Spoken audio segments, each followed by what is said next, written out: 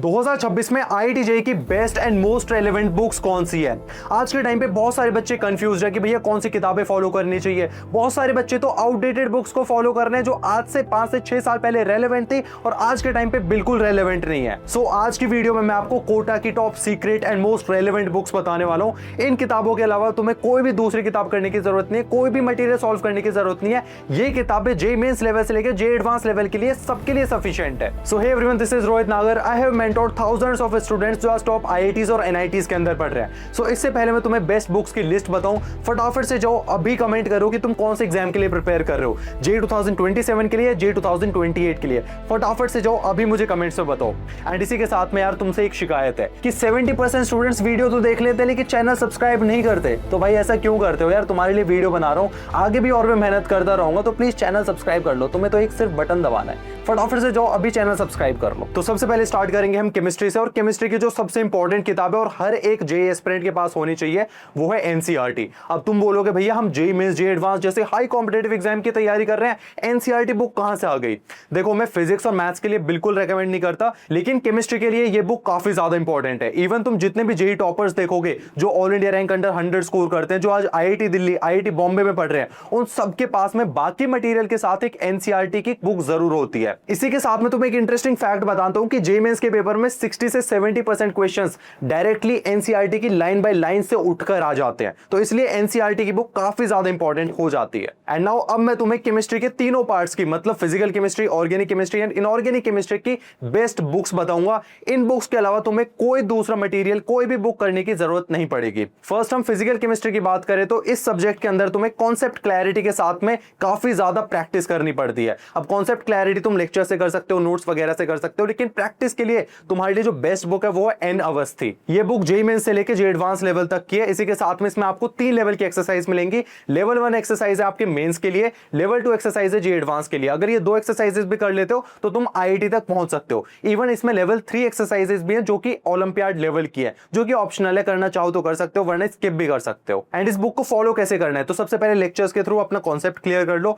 Then आपको solved examples करने हैं और फिर एक्सरसाइज 1 एक्सरसाइज 2 करनी है, एंड उसके बाद तुम थर्ड भी कर सकते हो। नाउ सेकंड हम बात करेंगे ऑर्गेनिक केमिस्ट्री की। एंड इस सब्जेक्ट से बहुत सारे बच्चों को डर लगता है, एंड इसका रीजन है कि इसके अंदर बहुत सारी कॉम्प्लेक्स रिएक्शंस है, इतने सारे रिएजेंट्स है, याद नहीं रख पाते और कैसे क्वेश्चंस को सॉल्व करना है, अप्रोच ही डेवलप नहीं हो पाती। तो इसके लिए तुम्हारे लिए एक बेस्ट बुक बताऊंगा, वो है एमएस चौहान। अब ये एक जेईई एडवांस लेवल की बुक है, तो मैं डायरेक्टली रिकमेंड नहीं करूंगा कि तुम इसके क्वेश्चंस लगाओ। इससे पहले तुम्हें क्या करना है कि अपने कोचिंग मटेरियल को अच्छे से सॉल्व करना है, फिर एनसीईआरटी के जो क्वेश्चंस है, बेसिक क्वेश्चंस है या बैक एक्सरसाइज है, उसे अच्छे से सॉल्व करना है। उसके बाद ही इस बुक पे आना है, क्योंकि ये बुक एडवांस लेवल की है। इस बुक के अंदर आपको 2 लेवल्स मिलेंगे, फर्स्ट इज एडवांस लेवल और सेकंड लेवल होगा जो एडवांस से भी ऊपर है। सो ऑर्गेनिक केमिस्ट्री के लिए अगर तुम इस बुक को फॉलो करते हो तो तुम मान के चलो एडवांस क्रैक करने वाले हो, आईआईटी पहुंचने वाले हो। Now third is inorganic chemistry, जिसके लिए बेस्ट बुक है वन एंड ओनली एनसीईआरटी। मैं बोल रहा हूं जेईई मेंस से लेकर जेईई एडवांस लेवल तक के एनसीईआरटी मोर देन सफिशिएंट है। अगर तुम एनसीईआरटी फॉलो करते हो, साथ में पीवाईक्यूज कर लेते हो, तुम एडवांस लेवल का कोई भी क्वेश्चन सॉल्व कर सकते हो। बट स्टिल मैं लिख के दे रहा हूं कि बहुत सारे बच्चों को फोमो होगा कि भैया मैं एनसीईआरटी कर रहा हूं, मेरे क्लास का टॉपर तो XYZ बुक कर रहा है।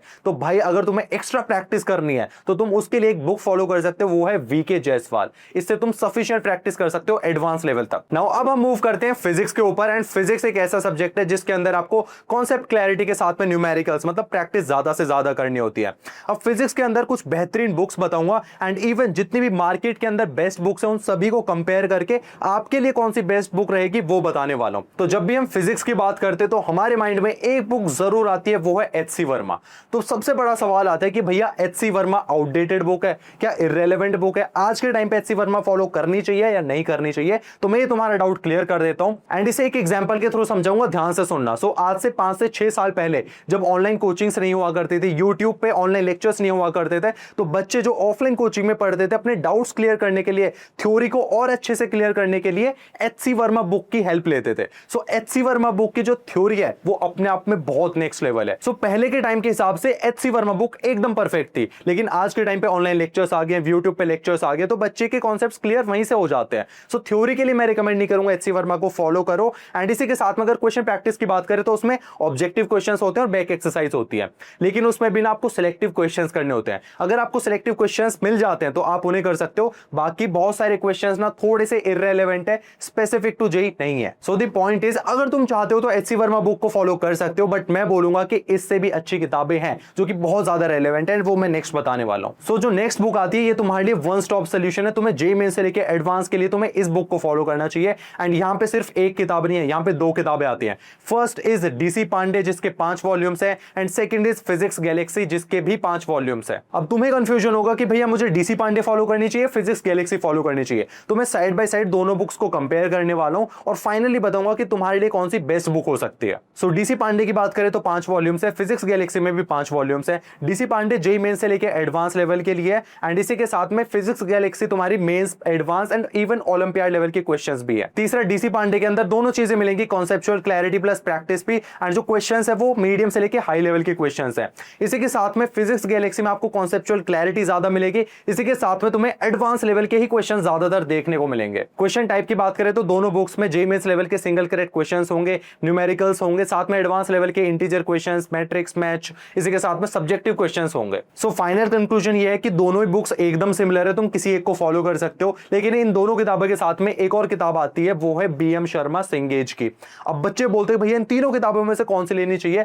तीनों किताबें एक सेम स्केल पे है, लेकिन स्टिल अगर एक चूज करनी हो तो मैं बोलूंगा कि भाई फिजिक्स गैलेक्सी सबसे बेस्ट है इसमें। नाउ फिजिक्स की तीसरी बुक आती है आई रिडो। अब बहुत सारे बच्चों के मन में डाउट होता है कि भैया मैं आई रिडो सॉल्व करनी चाहिए या नहीं करनी चाहिए। मैं बोलूंगा कि जो मैंने प्रीवियस बुक बताई वो मोर देन सफिशिएंट है, लेकिन स्टिल अगर तुमने वो बुक्स अच्छे से कंप्लीट कर ली, पूरी कंप्लीट कर ली, उसके बाद ही तुम्हें आई रिडोव के क्वेश्चंस लगाने हैं, क्योंकि आई रिडोव ना ओलंपियाड लेवल की बुक है। एंड ये कोई मैंडेटरी बुक नहीं है कि तुम्हें करनी है तभी तुम्हारा आईआईटी में होगा, इसके बिना भी आईआईटी में हो जाएगा। लेकिन स्टिल क्या होता है, बहुत सारे टॉपर स्टूडेंट्स अपनी पहली बुक्स कंप्लीट कर चुके होते हैं, उसके बाद ही आई रिडोव का सॉल्व करते हैं। सो अब तुम बोलोगे भैया आपने तो कंफ्यूज कर दिया, तीन तीन किताबें बता दी, कौन सी सॉल्व करनी है? देखो स्टार्टिंग में एचसी वर्मा बताया, अगर तुम चाहो तो कर सकते हो, वरना मैं रिकमेंड नहीं करता। सेकंड 3 किताबें बताई, तीनों किताबों में से सिर्फ एक किताब सॉल्व करनी है। एंड तीसरी आई रिडोव बताई जो कि एकदम मैंडेटरी नहीं है, जब आपकी पहली किताबें अच्छे से सॉल्व हो जाएं उसके बाद ही आई रिडोव पे आना है। एंड नाउ अब हम बात करेंगे अपने फाइनल सब्जेक्ट जो कि है मैथ्स। अब मैथ्स में यार एक सिंपल सी बात बता देता हूं, जेईई मेंस एग्जाम हो या जेईई एडवांस एग्जाम हो, मैथ्स के अंदर भाई टफ और लेंथी क्वेश्चंस पूछे जाते हैं। सो अगर तुम ये सोच रहे हो कि मैं एनसीईआरटी कर लूं, एनसीईआरटी एग्जाम्पलर कर लूं, आरडी शर्मा लगा लूं तो मेरा जेईई क्रैक हो जाएगा, तो बिल्कुल नहीं, तुम एकदम गलत हो। तुम्हें कुछ अच्छी किताबें लगानी पड़ेंगी, तुम्हें अच्छी से प्रैक्टिस करनी पड़ेगी। एंड वो अच्छी किताबें कौन सी है? तो वन एंड ओनली मैथ्स के लिए मैं बोलता हूं सिंगेज। सिंगेज के अंदर 5 वॉल्यूम्स है, इसके अंदर आपको इलिस्ट्रेशंस मिल जाती हैं, ठीक है। लेवल 1 एक्सरसाइज तुम्हारे मेंस लेवल की हो जाती है, लेवल 2 एक्सरसाइज एडवांस लेवल की हो जाती है। एंड मैं लिटरली बोल रहा हूं कि अगर तुम 5 वॉल्यूम्स को अच्छे से लगा लेते हो तो तुम्हें कोई नहीं रोक सकता जेईई मेंस और जेईई एडवांस लेवल के क्वेश्चन सॉल्व करने से। बट स्टिल बहुत सारे बच्चे ऐसे होते हैं जिनकी मैथ्स काफी ज्यादा वीक होती है, तो उन स्टूडेंट्स को क्या डायरेक्टली सिंगेज करनी चाहिए? देखो डायरेक्टली कर सकते हो, कोई प्रॉब्लम नहीं है, बट स्टिल तुम एक बुक फॉलो कर सकते हो, वो है आरडी शर्मा ऑब्जेक्टिव। ये जेईई मेंस लेवल की किताब है एंड ये ऑब्जेक्टिव है, ना कि नॉर्मल वाली। तो इस बुक को तुम फॉलो कर सकते हो, अपने बेसिक्स स्ट्रॉन्ग कर सकते हो। एंड इसी के साथ में एक थर्ड कैटेगरी ऑफ स्टूडेंट्स भी हैं जो ये बोलते हैं कि भैया मैंने अगर पूरी सिंगेज अच्छे से सॉल्व कर ली बट स्टिल मेरे पास टाइम बच जाता है, तो मुझे कौन सी और किताब लगानी चाहिए मैथ्स के अंदर? तो मैं बोलूंगा सिंगेज जब तुम पूरी सॉल्व कर लो या कोचिंग मटेरियल सॉल्व कर लो, पीवाईक्यूज लगा लो, उसके बाद तुम्हें सॉल्व करनी है black book. Black book like ऐसा हो जाता है कि भाई तुम अल्टीमेट क्वेश्चंस लगा ले तुमने एंड तुम एडवांस लेवल, सारे मेंस लेवल सब कुछ फोड़ दोगे। इवन सिंगेज से भी तुम फोड़ सकते हो, बट ब्लैक बुक से तुम और एक्स्ट्रा ऑर्डिनरी प्रैक्टिस हो जाती है। सो अभी तक मैंने फिजिक्स, केमिस्ट्री, मैथ्स की तीनों सब्जेक्ट्स की सारी किताबें बता दी है, लेकिन जो एक इंपॉर्टेंट किताब है हर एक जेईई एस्पिरेंट के पास होनी चाहिए, वो किताब है लास्ट 45 ईयर्स की प्रीवियस ईयर क्वेश्चंस की बुक, जिसके अंदर आपके subject wise, chapter wise questions होंगे। ये आपको प्रैक्टिस करनी है, आपके पास ऑफलाइन में किताब होनी चाहिए। आप किसी भी पब्लिकेशन की ले सकते हो, आप अरिहंत की ले सकते हो, दिशा की ले सकते हो, एमटीजी की ले सकते हो, ओसवाल की ले सकते हो, जो आपको बेस्ट लगे, क्योंकि प्रीवियस ईयर क्वेश्चंस है, चेंज तो होंगे नहीं, तो किसी भी पब्लिकेशन की खरीद सकते हो। एंड 45 ईयर्स इसलिए बोल रहा हूं कि तुम्हारी अच्छी खासी प्रैक्टिस हो जाती है, बट स्टिल तुम 30 ईयर्स 20 ईयर्स की भी फॉलो कर सकते हो। सेकंड, अगर तुम पीवाईक्यूज कर लेते हो तो जेईई मेंस के अंदर 60% क्वेश्चंस तुम्हारे पीवाईक्यूज से डिराइव्ड क्वेश्चंस आते हैं।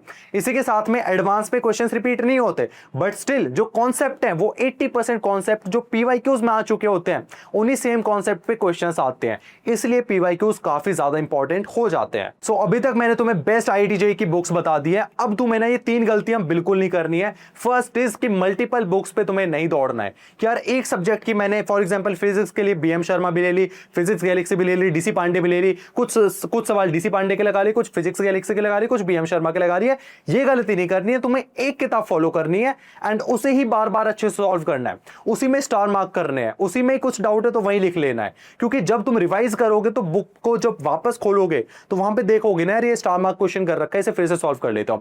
तो एक किताब को अच्छे से फॉलो करना है। एंड सेकंड गलती जो बहुत सारे बच्चे करते हैं कि भैया कोचिंग मटेरियल फॉलो करो या इन किताबों को फॉलो करो, तो मैं बोलूंगा कि भाई तुम ऑनलाइन ऑफलाइन कहीं पे भी पढ़ रहे हो और तुम्हारी कोचिंग फेमस है, ठीक है, तुम्हारी नोन कोचिंग है, तो तुम ब्लाइंडली अपने कोचिंग मटेरियल या कोचिंग मॉड्यूल्स पे बिलीव कर सकते हो, even mains level advance level तक। अगर तुम उतना भी कर लेते हो भाई तुम्हें कोई नहीं रोक सकता all India rank under 100, all India rank under 500,000 लाने से, ठीक है। तो कोचिंग मटेरियल अपने आप में सफिशिएंट है, बट स्टिल बहुत सारे बच्चे ऐसे होते हैं जो सेल्फ स्टडी कर रहे हैं, यूट्यूब से पढ़ रहे हैं, लोकल ट्यूशन क्लासेस ज्वाइन कर रखी है, उन्हें कुछ किताबें सॉल्व करनी है तो इन किताबों को फॉलो कर सकते हैं। साथ में जो बच्चे कोचिंग मटेरियल फॉलो करने हैं उन्होंने कोचिंग मटेरियल ऑलरेडी अच्छे से सॉल्व कर लिया, फिर इन किताबों पे वो आ सकते हैं। एंड तीसरा पॉइंट है, मैं इसे कोई गलती नहीं बोलूंगा, द पॉइंट इज जब बच्चों को डाउट रहता है कि भैया इतनी सारी किताबें खरीदने के पैसे नहीं है, द पॉइंट इज कि भाई तुम्हें फर्स्ट हैंड किताबें खरीदने की जरूरत भी नहीं है, तुम सेकंड हैंड किताबें लोकल मार्केट में ये सारी फेमस किताबें हैं, कहीं से भी खरीद सकते हो, अपने बड़े भाई बहन से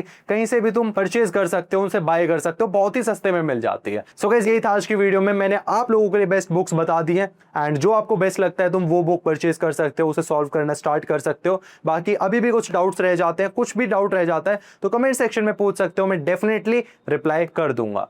till then keep learning, keep working hard, all the very best.